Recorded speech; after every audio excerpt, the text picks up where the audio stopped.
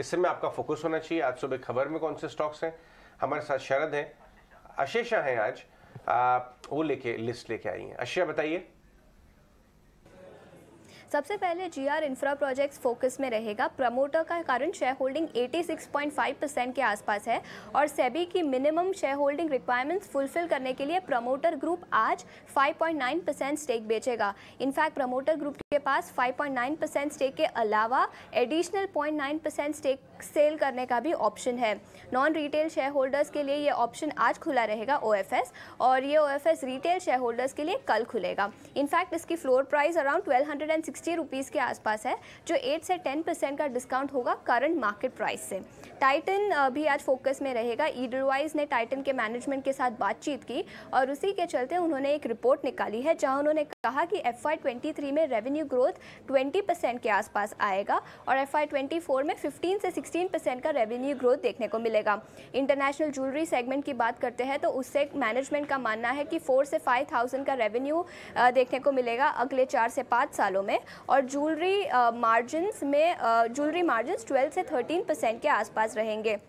Watches और variable segment की भी उन्होंने बात की, जहां उन्होंने कहा कि ये सेगमेंट मार्जिन इंप्रूवमेंट का एक की ड्राइवर रहेगा। उसके बाद इमामी से भी ईडलवाइज के मैनेजमेंट ने बात की और उसी के चलते उन्होंने रिपोर्ट निकाली जहां उन्होंने कहा कि ऑर्गेनिक ग्रोथ सफिशिएंट नहीं रहेगा उनके रेवेन्यू एम्बिशंस को फुलफिल करने के लिए। उन्होंने कहा कि ऑर्गेनिक ग्रोथ 7 से 10% का ग्रोथ देखने को मिलेगा ऑर्गेनिक सेगमेंट में, और इंटरनेशनल सेगमेंट डोमेस्टिक सेगमेंट से ज़्यादा पेस पर ग्रो करेगा। इनफैक्ट उन्होंने ऐसा भी कहा कि 4 से 5% का प्राइस हाइक कंपनी FY23 में लेगा। ओके, तो चलिए ये सारे खबरें हैं त्रिमूर्ति सेगमेंट में जिस पर आपको फोकस करना है। और त्रिमूर्ति स्टॉक्स की अगर बात करें, यहाँ पर एनालिस्ट टेक अवेज कई सारे, क्योंकि एनालिस्ट मीट इमामी की तरफ से, टाइटन की तरफ से, इन तमाम के एनालिस्ट मीट्स होते हुए दिखे और उसके टेक अवेज हैं जिस पर खास तौर से फोकस करना है। आप देख भी रहे हैं टाइटन के मैनेजमेंट का भी बयान है, FY23 में आय 20% बढ़ने का अनुमान यहाँ पर लगाकर चल रहे हैं। इमामी के मैनेजमेंट का भी कुछ ऐसा ही फॉरवर्ड लुकिंग आउटलुक आता हुआ दिखा, टेक अवेज आते हुए दिखे। इमामी के स्टॉक ने पिछले 1 महीने में इतना अच्छा outperformance according to the peers नहीं किया, लेकिन मैनेजमेंट की कमेंट्री जो है काफी कन्विक्शन वाली है। आप इमामी के प्रोडक्ट्स यूज करती हैं? बिल्कुल।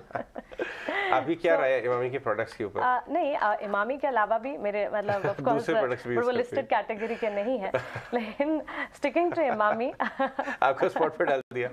नहीं, मैनेजमेंट में काफी अच्छी कमेंट्री कही है आपने, सही कहा। ऑर्गेनिक ग्रोथ 7 से 10%, मतलब वॉल्यूम ग्रोथ देखिए आप, 7 से 10% ही कॉन्फिडेंस है उनको।